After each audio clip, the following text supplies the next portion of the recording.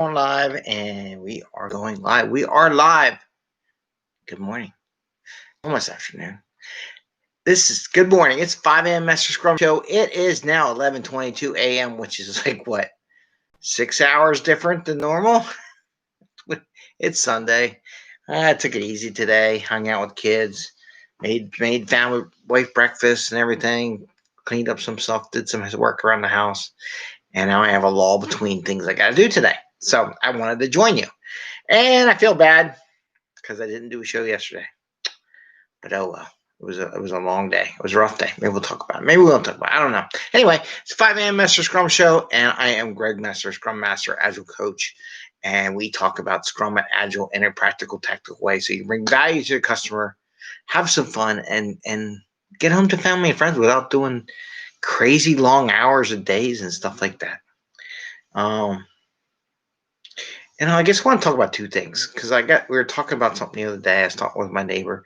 We were hanging out yesterday, just relaxing, enjoying the weather, change of fall. It got cold last night here in Philadelphia.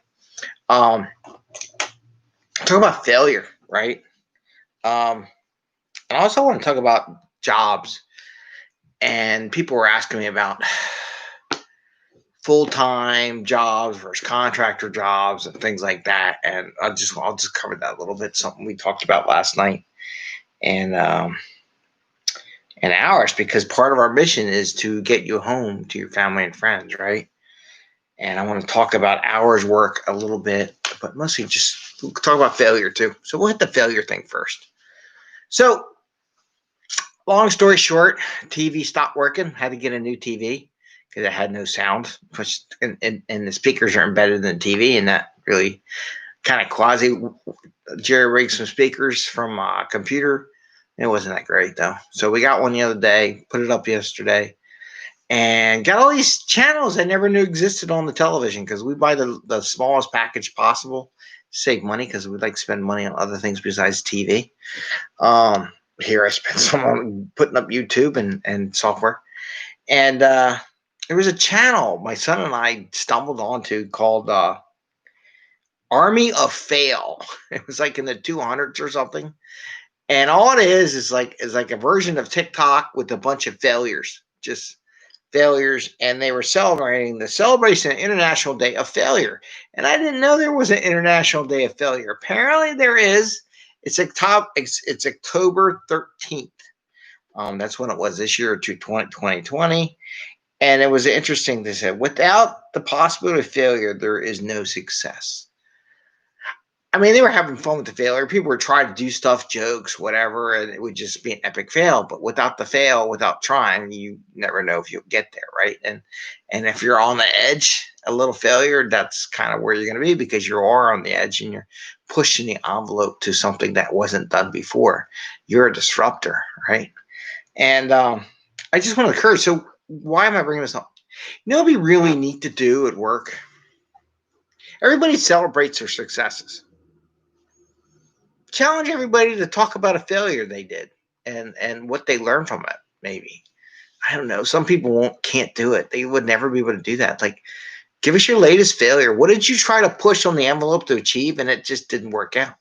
But you did try. So it's not a question you fail. It's like, tell us something you tried to do that you thought would be really fruitful, but just wasn't. But you gave it a shot anyhow. And then what did you learn from that failure? And do it on purpose, right? Don't just say, hey, you failed. Oh my God, it's evil. But we failed because we were trying to do something on purpose, not and change the needle, right?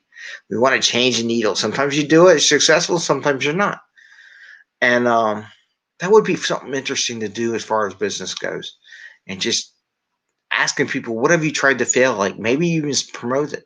Give us something we want to push the needle somewhere. Show us a failure, but at least show us that you tried to push the needle somewhere, right? But that was my thing for today as far as failure goes. And something I saw, it's like that channel, it's the Army of Failure, and then the International Failure Day, which is October 13th. So I think I'm going to start celebrating that more every year and just make that a thing, because we do definition of done, ready day, done day. I think we do a retrospective day. I think we should do a failure day. And I didn't know that, and I'll have to tell my local Agile people about that. And but you have no shirt on. Eddie.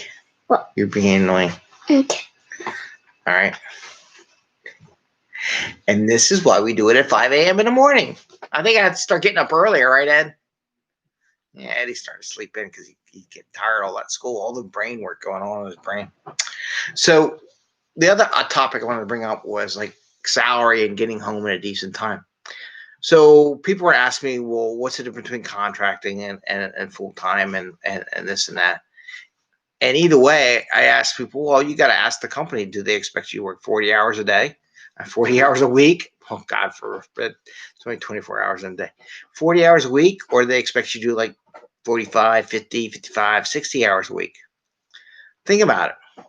If their expectation is to do 50 hours a week, and you're basing your rate that you're getting paid on by a 40-hour week, that's an extra 10 hours. That's 25%.